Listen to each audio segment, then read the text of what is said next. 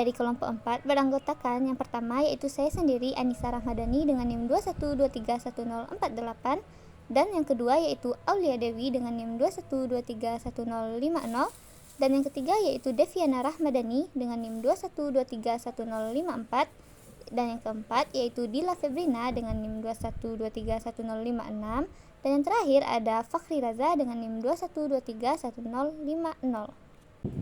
Baik, langsung saja kita masuk kepada materi yang pertama ya. Selamat menyaksikan. Materi kali ini adalah ikatan kovalen berdasarkan teori VBT. Ikatan kovalen adalah ikatan yang terbentuk antara sesama atom non-logam. Atom-atom non-logam cenderung menerima atau menangkap elektron sehingga membentuk ion negatif.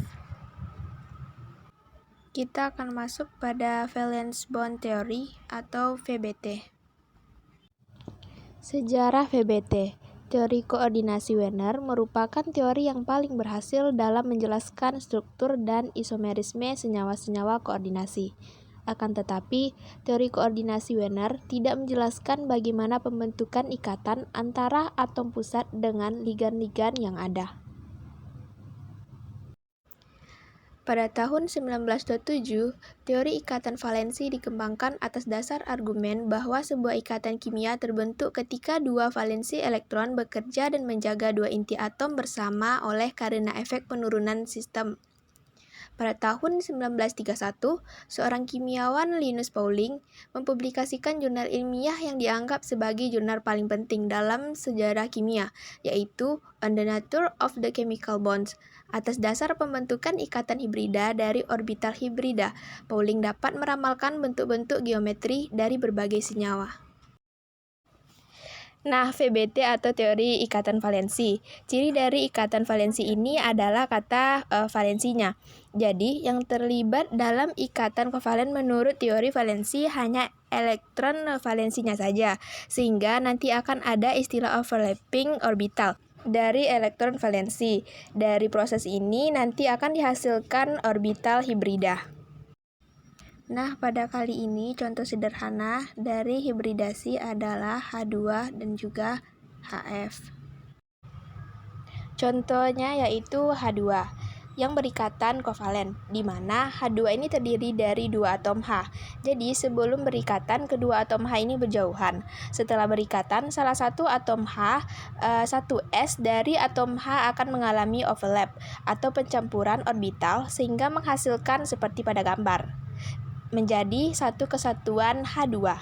Inilah menurut VBT itu disebut dengan proses pembentukan kovalen, dijelaskan seperti ini. Baiklah, contoh yang kita ambil pada kali ini adalah CH4, yaitu molekul sederhana. Menurut VBT, yang dianggap berikatan adalah valensinya. Jadi kita harus mencari terlebih dahulu konfigurasi elektron dari atom C dan juga atom H. Nah, selanjutnya tuliskan orbital elektron valensi dari 2s dan juga 2p. Nantinya C akan berikatan dengan 4 atom hidrogen di mana atom H konfigurasinya 1s1. Dapat dilihat bahwa elektron yang belum berpasangan ada 2. Keadaan ini adalah keadaan dasar. Lalu satu elektron pada 2s akan diberikan pada 2p yang disebut dengan keadaan tereksitasi.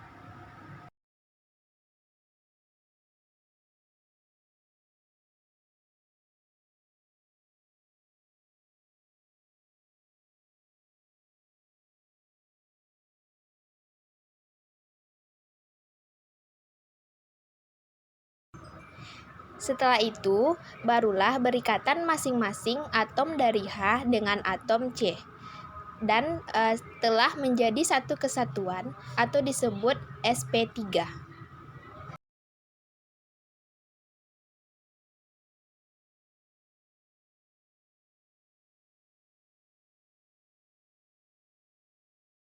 Pembahasan selanjutnya yaitu tentang kelebihan dari teori ikatan valensi. Yang pertama yaitu dapat menjelaskan mengapa energi ikatan dan panjang ikatan dalam beberapa molekul diatomik berbeda, sesuatu yang tidak dapat dijelaskan dengan teori Lewis. Yang kedua, berlaku dengan baik pada molekul diatomik. Dan yang ketiga, dapat menjelaskan perubahan energi potensial ketika jarak antar atom yang bereaksi berubah. Selain memiliki kelebihan, teori ikatan valensi ini juga memiliki kelemahan, yaitu diantaranya tidak dapat menjelaskan gejala perubahan kemagnetan senyawa kompleks akibat kenaikan temperatur. Yang kedua, tidak dapat menjelaskan warna atau spektrum elektron dari senyawa kompleks. Yang ketiga, tidak dapat menjelaskan kestabilan senyawa kompleks. Dan yang keempat adalah tidak dapat menjelaskan mengapa sejumlah kompleks berada dalam bentuk kompleks orbiter luar. Sekarang kita masuk kepada teori VSEPR atau Valence Shell Electron Pair Repulsion. Teori VSEPR adalah sebuah model yang digunakan dalam kimia untuk memprediksi geometri molekul berdasarkan repulsi antara pasangan elektron dalam kulit valensi atom-atom yang membentuk molekul tersebut. Teori ini didasarkan pada asumsi bahwa pasangan elektron dalam kulit valensi atom cenderung untuk saling menghindar satu sama lain, sehingga mencapai tata letak yang stabil. Bentuk molekul dan geometri VSEPR dan domain elektron. Teori domain elektron merupakan penyempurnaan dari teori VSEPR. Pasangan elektron ada dua macam, yaitu pasangan elektron terikat atau PEI dan pasangan elektron bebas atau PEB. PEI adalah pasangan yang terikat antara atom pusat dengan atom lain secara kovalen, sedangkan PEB adalah pasangan elektron pada atom pusat yang tidak terikat dengan atom lain. Antar pasangan elektron ini pada atom pusat akan saling tolak-menolak, sehingga mengatur diri sedemikian rupa agar tolakannya menjadi minimum.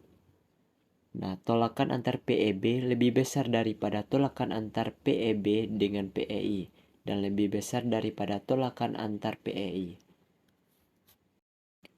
Nah, untuk meramal bentuk molekul kita bisa menggunakan rumus AXE, di mana A itu adalah atom pusat, X itu adalah PEI, dan E adalah PEB. Nah, titik-titik di sini untuk mengisi jumlah PEI dan jumlah PEB-nya berapa.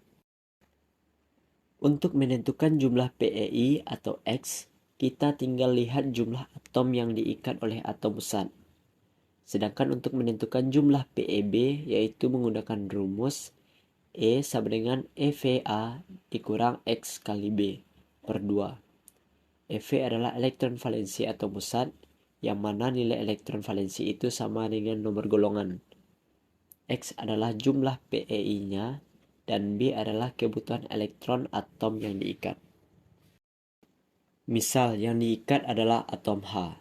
Elektron valensinya 1, berarti agar stabil butuh 1 elektron. Nah, makanya B-nya sama dengan 1.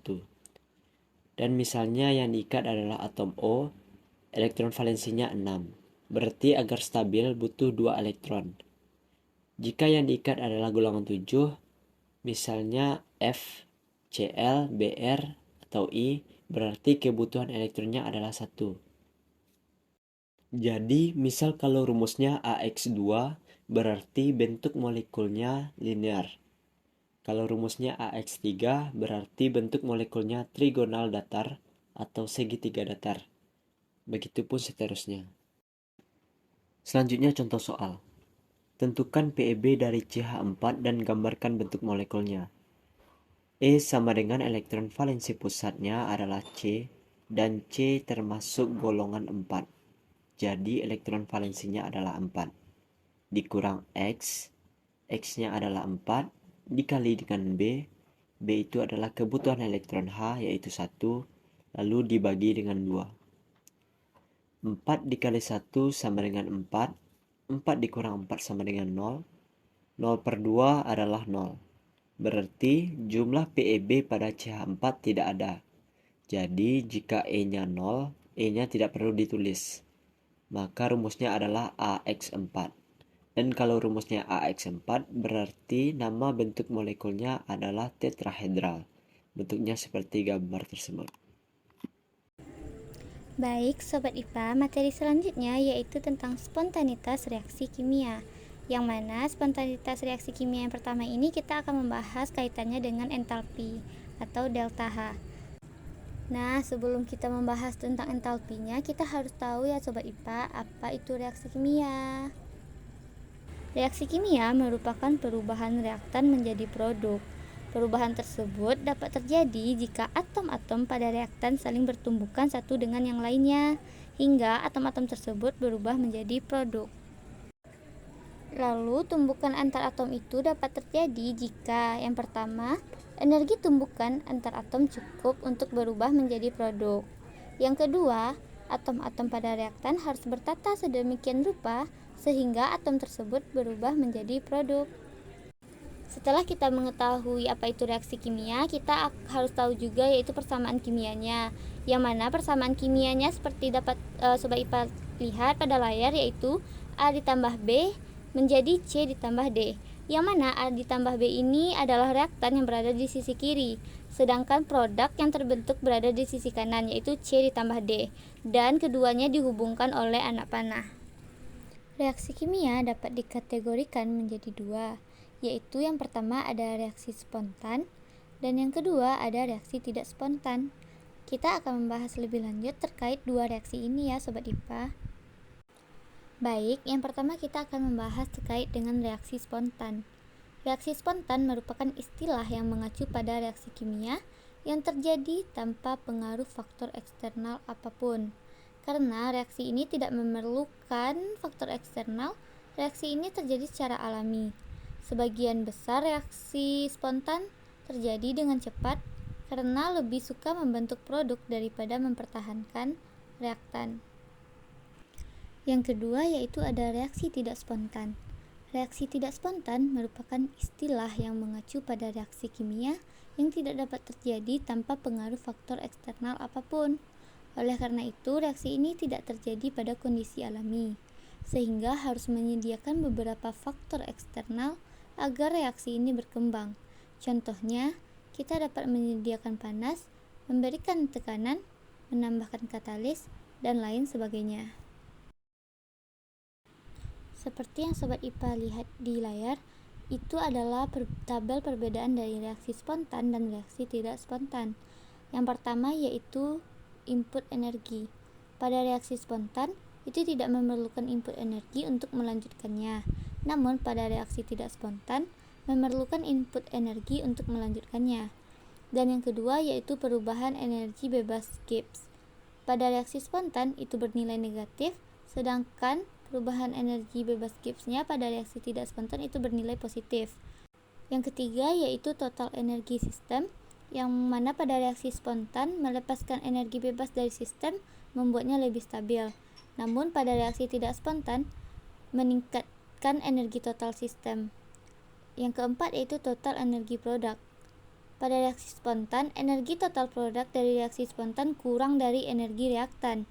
Namun pada reaksi tidak spontan, energi total produk dari reaksi tidak spontan lebih tinggi dari energi reaktan.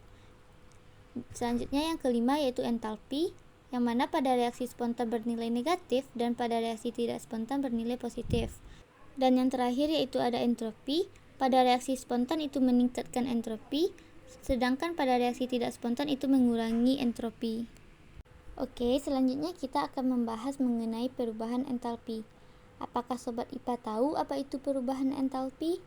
Perubahan entalpi itu merupakan sifat ekstensif zat yang dapat digunakan untuk menentukan perubahan kalor dalam reaksi kimia.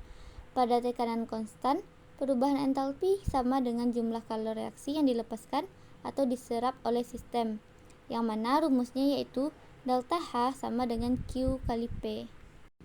Baik, selanjutnya itu persamaan reaksi kimia, yang mana pada perubahan entalpi ini yaitu delta H reaksi sama dengan H akhir dikurang H awal, atau juga bisa dicari dengan H produk dikurang H bereaksi. Perubahan entalpi merupakan selisih antara entalpi pada akhir proses atau produk dan entalpi mula-mula atau reaktan. Baik, selanjutnya kita akan masuk kepada jenis-jenis perubahan entalpi. Yang pertama yaitu perubahan entalpi pembentukan standar, atau juga bisa dilambangkan dengan delta HF0. Yang mana pada perubahan ini yaitu perubahan entalpi yang diperlukan atau dilepaskan pada pembentukan 1 mol senyawa dari unsur-unsurnya dalam keadaan standar. Contoh dari entalpi pembentukan standar yaitu Na tambah setengah Cl2 menjadi NaCl, yang mana Na awalnya solid tambah gas dan menghasilkan NaCl yang berbentuk solid. Yang kedua yaitu ada perubahan entalpi penguraian standar atau dilambangkan dengan delta HD0, yang mana entalpi penguraian standar ini perubahan entalpi yang diperlukan atau dilepaskan pada penguraian 1 mol senyawa menjadi unsur-unsurnya dalam keadaan standar.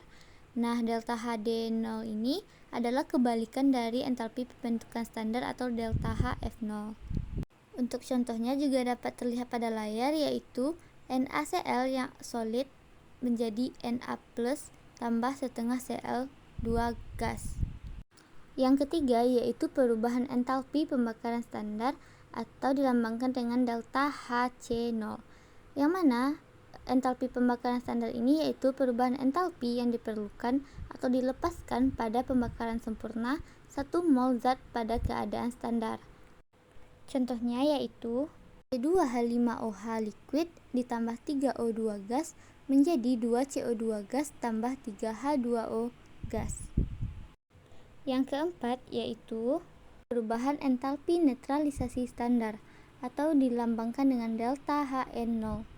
Delta Hn0 ini merupakan perubahan entalpi yang diperlukan atau dilepaskan untuk menetralkan 1 mol asam oleh basa atau sebaliknya yang diukur pada keadaan standar. Contohnya yaitu NaOH ditambah HCl menjadi NaCl ditambah H2O.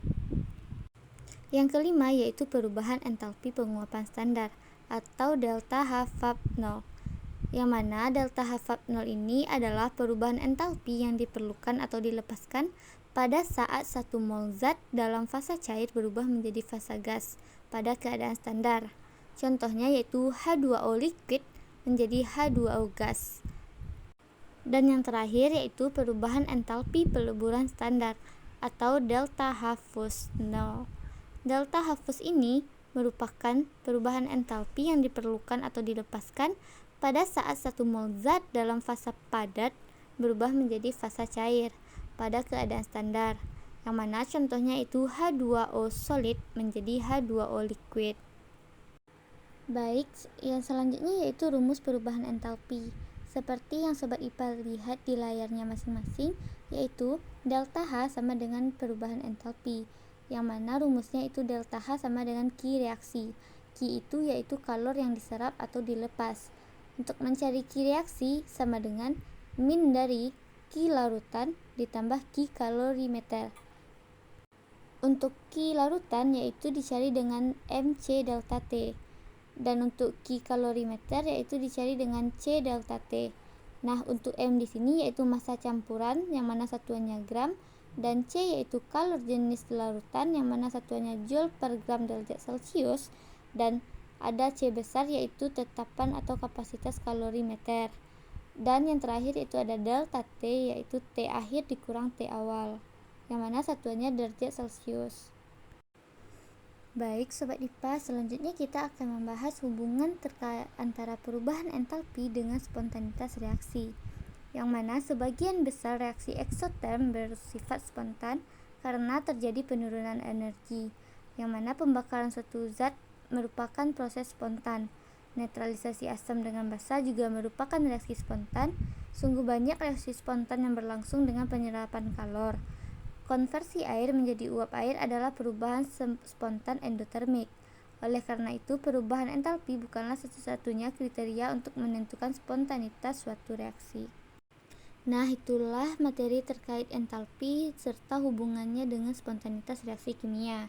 Selanjutnya kita akan membahas mengenai entropi atau delta S dan hubungannya dengan spontanitas reaksi kimia. Kita harus tahu ya Sobat IPA, apa itu perubahan entropi. Entropi adalah suatu derajat ketidakteraturan dalam sistem atau kebebasan sistem. Keadaan tidak teratur lebih disukai daripada keadaan teratur dan dapat menjadikan suatu reaksi dapat berlangsung spontan walaupun endoterm. Perubahan entropi ini terbagi dua, yaitu yang pertama adalah low entropy. Low entropy terjadi jika sistem menjadi lebih tidak teratur, sehingga delta S-nya sama dengan positif. Lalu yang kedua ada high entropy. High entropy yaitu ketika semakin besar ketidakteraturannya, maka semakin besar pula entropinya. Baik, pada layar Sobat SMP itu terdapat dua gambar, yang mana gambar pertama itu keadaan awal, gasnya terpisah, dan yang satu lagi keadaan akhir, gasnya itu bercampur. Sehingga reaksinya dapat kita buat seperti A ditambah B menjadi A ditambah B yang tercampur. Lalu kita dapat mencari delta S-nya, yaitu perubahan entropinya dari reaksi tersebut, yaitu S produk dikurang X reaktan, yang mana produk itu setelah tanda panah dan reaktan itu sebelum tanda panah. Contoh dari proses peningkatan entropi itu, yang pertama ada air yang mendidih, yang kedua ada padatan yang meleleh, dan yang ketiga ada jumlah molekul gas meningkat, dan yang terakhir itu ada meningkatnya suhu sistem. Baik Sobat SMP, supaya kita lebih paham terkait dengan perubahan entropi, kita akan membahas sebuah soal ya, yaitu pertanyaannya, berapakah perubahan entropi standar untuk reaksi 2CO gas ditambah O2 gas menjadi 2CO2 gas pada suhu 25 derajat Celcius.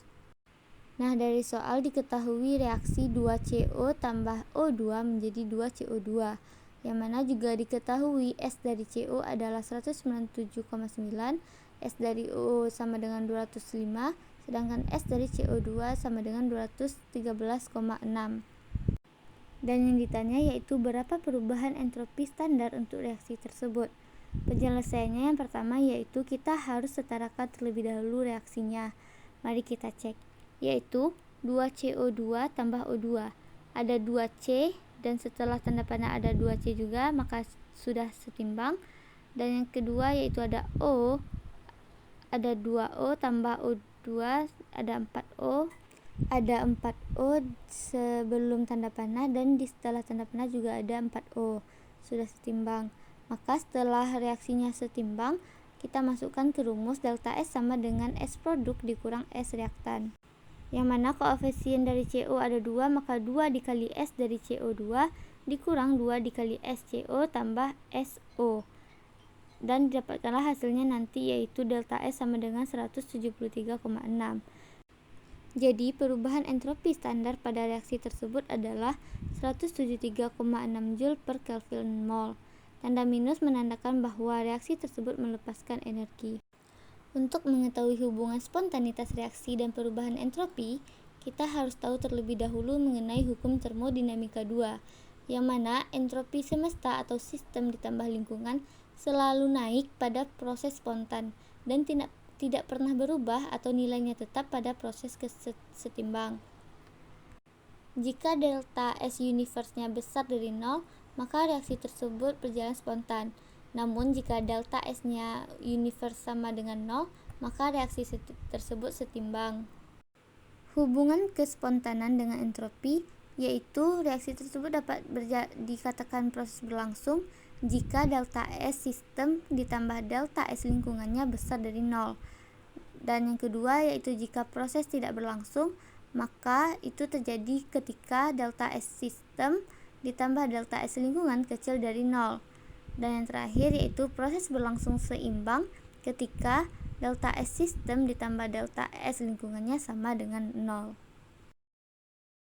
Contoh hubungan entropi dan spontanitas yang pertama yaitu bila sebuah logam panas didinginkan dengan mencelupkan secara tiba-tiba ke dalam sebuah bejana dingin, maka terjadi reaksi spontan mengalirnya panas dari logam ke bejana sampai suhu akhirnya sama.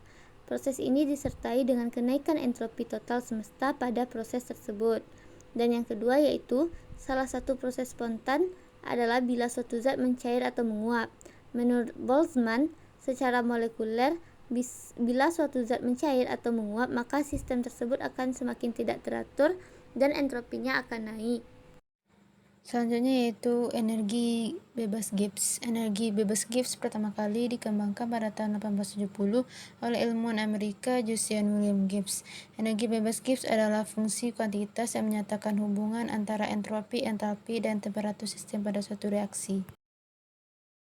Nah, adapun rumus perubahan energi Gibbs ini yaitu delta G sama dengan delta H dikurang dengan T dikali dengan delta S, di mana delta G adalah energi Gibbs, delta H adalah entalpi, T adalah suhu, dan delta S adalah entropi.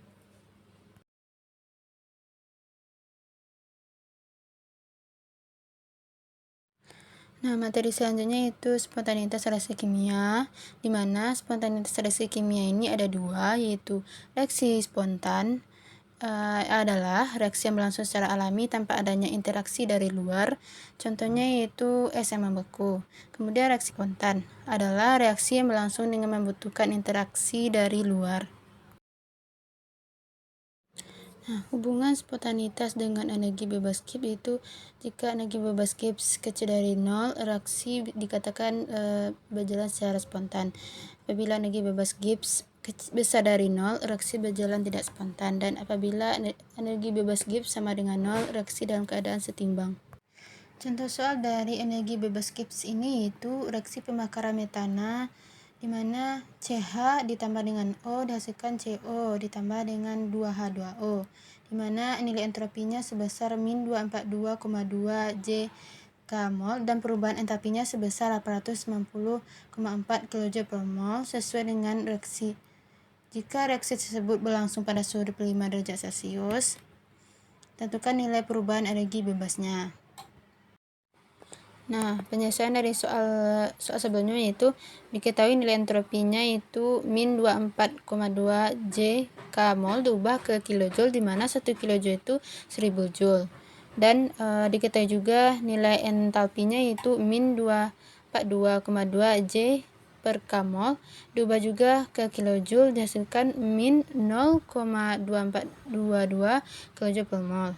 Nah, temperatur dari satuan stasiun ini diubah menjadi satuan Kelvin dan didapatkan hasilnya yaitu 298 K. Nah, kita masukkan ke rumus energi bebas Gibbs-nya, di mana delta H yang kita dapatkan itu min 980,4 kJ per mol dikurang dengan temperaturnya yaitu 298 K, dan kita kalikan dengan entalpinya yaitu min 0,2422.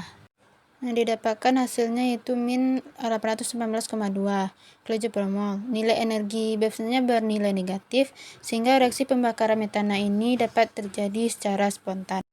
Nah, materi selanjutnya yaitu hubungan VBT dengan VCPR, di mana yang pertama yaitu pendekatan orbital.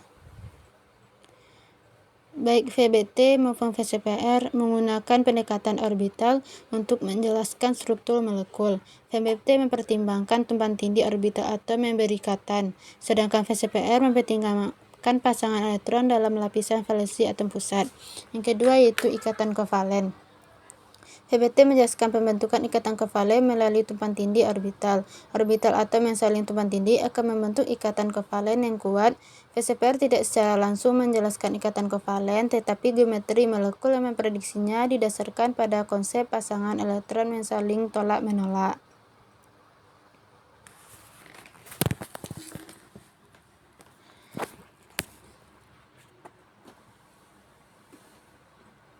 Yang ketiga yaitu geometri molekul. VCPR memberikan prediksi tentang geometri molekul berdasarkan jumlah pasangan elektron pada atom pusat molekul. Geometri molekul yang didasarkan oleh VCPR seperti tetrahedral, linear, trigonal planar, dan sebagainya, sesuai dengan repulsion pasangan elektron. Yang keempat itu hibridasi orbital. VBT menggunakan hibridasi orbital untuk menjelaskan ikatan kimia dalam beberapa molekul. Dalam hibridasi orbital, orbital atom diubah menjadi orbital hibrida yang terdiri dari kombinasi orbital S, P, atau D. Konsep hibridasi orbital memungkinkan VBT menjelaskan geometri dan sifat ikatan dalam molekul yang lebih kompleks. Tata nama senyawa kimia. Contoh nama senyawa di kehidupan sehari-hari. Yang pertama yaitu NaCl. Nama UPEC-nya yaitu natrium klorida, nama trivalnya garam dapur. Yang kedua yaitu CO2. Nama UPEC-nya yaitu karbon dioksida, nama trivalnya karbon dioksida. Yang ketiga yaitu CH3COOH. Nama UPEC-nya asam asetat, nama trivalnya yaitu cuka. Tata nama senyawa UPEC terbagi menjadi 3. Yang pertama yaitu tata nama senyawa kovalen biner, yang kedua tata nama senyawa ion biner, dan yang ketiga yaitu tata nama senyawa terner. Mari kita bahas yang pertama, yaitu tata nama senyawa biner. Senyawa biner merupakan senyawa yang terdiri dari dua jenis unsur, baik unsur logam dan non-logam, ataupun unsur non-logam dan non-logam. Contohnya H2O atau air, garam dapur atau NaCl. Senyawa biner terdiri atas dua jenis, yaitu senyawa kovalen biner dan senyawa ionik biner. Jika unsur logam yang membentuk senyawa biner dengan unsur non-logam hanya memiliki satu muatan atau bilangan oksidasi, maka rumus penamaannya yaitu kation atau unsur logam ditambah anion atau unsur non-logam ditambah akhiran ida. Angka indeks ditulis dalam bahasa Yunani. Angka 1 disebut dengan mono, 2 di, 3 tri, 4 tetra, 5 penta, 6 heksa, 7 hepta, 8 okta, 9 nona, dan 10 deka. Agar teman-teman bisa paham dengan teori tadi, mari kita masuk ke contoh soal. Contoh yang pertama yaitu N2O5. Unsur pertamanya yaitu nitrogen dengan jumlah 2, unsur kedua oksigen dengan jumlah 5. Jadi dibaca dengan nitrogen pentaoksida. Yang kedua yaitu CS2. Unsur pertama yaitu karbon dengan jumlah 1, unsur kedua yaitu sulfur dengan jumlah 2, dibaca karbon disulfida. Yang ketiga yaitu CO. Unsur pertama yaitu karbon dengan jumlah 1, unsur kedua oksigen dengan jumlah 1, maka dibaca karbon monoksida. Selanjutnya yaitu tata senyawa ionik biner. Senyawa ionik biner merupakan senyawa yang terdiri dari unsur logam dan non-logam atau senyawa yang terdiri dari kation dan anion. Untuk penamaan senyawa kovalen linear dimulai nama kation atau nama logam, ditambah nama anion atau non-logam, ditambah akhiran ida. Bila terdapat unsur logam yang mempunyai lebih dari satu bilangan oksidasi, maka bilangan oksidasi ditulis menggunakan angka Romawi dan diberi tanda kurung. Untuk lebih jelasnya, mari simak contoh berikut ini. Yang pertama yaitu NaCl2, dibaca natrium klorida. Yang kedua Ca3N2, dibaca kalsium nitrida. Yang ketiga COPO4, dibaca kobalt 3 fosfat. Selanjutnya yaitu tata nama senyawa terner. Senyawa terner adalah senyawa yang terdiri lebih dari dua unsur yang dapat meliputi senyawa asam, basa, dan garam. Yang A yaitu tata nama senyawa asam. Asam merupakan senyawa hidrogen yang bila di dalam air memiliki rasa masam. Senyawa asam merupakan senyawa molekul. Tata nama senyawa asam, atom H di depan dianggap sebagai ion H+, dan suatu anion yang disebut sisa asam. Nama anion sisa asam sama dengan nama asam yang bersangkutan tanpa nama asam. Contohnya yaitu H3PO4, asam fosfat. Sisa asam yaitu PO4 pangkat 3- dibaca fosfat. Yang kedua yaitu HNO3, asam nitrat. Sisa asam NO3- dibaca nitrat. Yang B, tata nama senyawa basa. Basa merupakan senyawa yang bila berada di dalam air dapat menghasilkan ion OH-. Senyawa basa terdiri dari kation atau unsur logam dan suatu anion OH-. Jika senyawa basa tertentu dari kation unsur logam yang memiliki satu bilangan oksidasi atau bilangan bilog seperti alkali, alkali tanah, dan aluminium, maka unsur logam ditambah hidroksida atau OH. Contohnya yaitu NaOH, yaitu natrium hidroksida.